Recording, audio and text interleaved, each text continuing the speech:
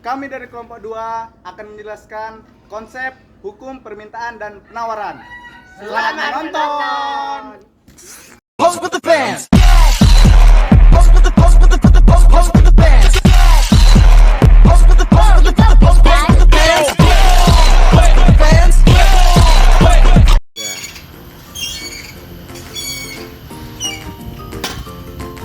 Hah, kalian pasti tidak asing bukan dengan kata permintaan dan penawaran? Biasanya dua kata itu sering kita jumpai atau sering kita dapatkan ketika kita berada di pasar. Sebenarnya apa sih permintaan dan penawaran itu? Mengapa bisa terjadi equilibrium atau keseimbangan harga? Secara sederhananya, permintaan adalah sejumlah barang atau jasa yang diinginkan oleh konsumen pada suatu harga dan waktu tertentu.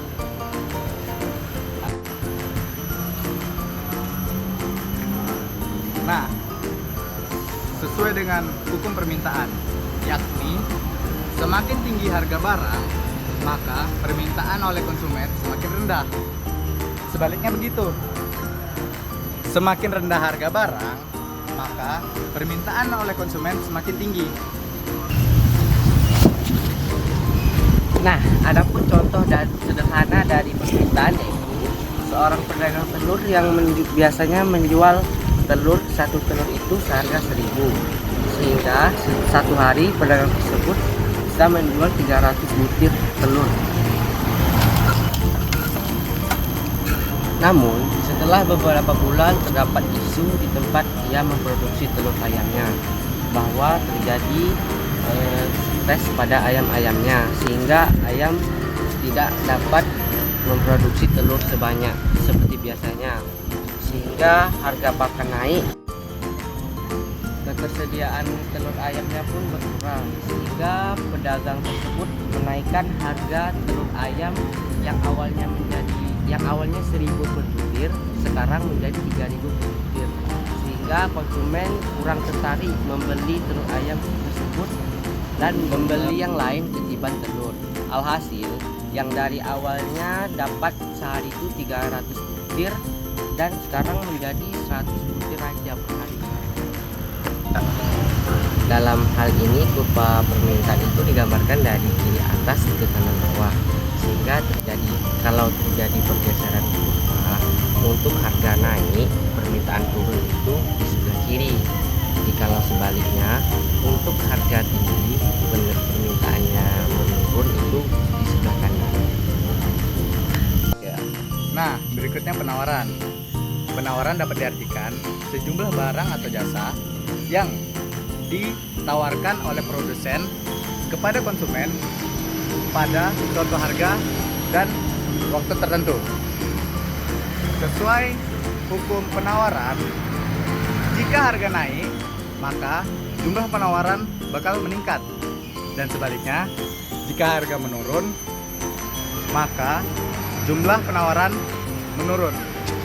Selanjutnya, mengenai contoh dari penawaran. Contoh penawaran yaitu adanya seorang pedagang burger yang menjual burgernya seharga 50.000. Dalam sehari, ia mampu menjual stoknya itu sebanyak 50 per piece. Kemudian saat ia berlibur dan berjalan, ia menemui pedagang burger lainnya. Pedagang burger itu sangat laku dibeli oleh konsumen. Kemudian ia melihat harga pedagang burger tersebut sebesar 45.000. Kemudian ia berpikir untuk menurunkan harga burgernya menjadi 43.000. Alhasil sekarang dalam sehari ia mampu menjual burgernya sebanyak 150 piece. Pada kurva penawaran digambarkan dari kiri bawah ke kanan atas. Apabila terjadi pergeseran kurva, untuk harga naik, penawaran naik, maka pergeseran kurvanya berada di sebelah kanan. Dan sebaliknya, apabila harganya turun, penawarannya rendah, maka pergeseran kurvanya di sebelah kiri. Nah, sekarang kalian sudah mengetahui bukan mengenai permintaan dan penawaran. Sekarang membahas mengenai memprediksi interaksi pasar dalam mencapai keseimbangan dengan harga yang disesuaikan. Biasanya ini disebut dengan equilibrium, yang diartikan suatu kegiatan transaksi jual beli yang melibatkan proses tawar-menawar terhadap penjual ataupun konsumen untuk menemukan titik temu harga yang tidak menimbulkan kerugian. Untuk contohnya akan dijelaskan oleh selanjutnya. Sebagai contoh yaitu, Gani menjual burger awalnya dengan harga 50.000. Dengan harga segitu, ia hanya dapat laku menjual burger miliknya 15 buah dari stok yang tersedia 50.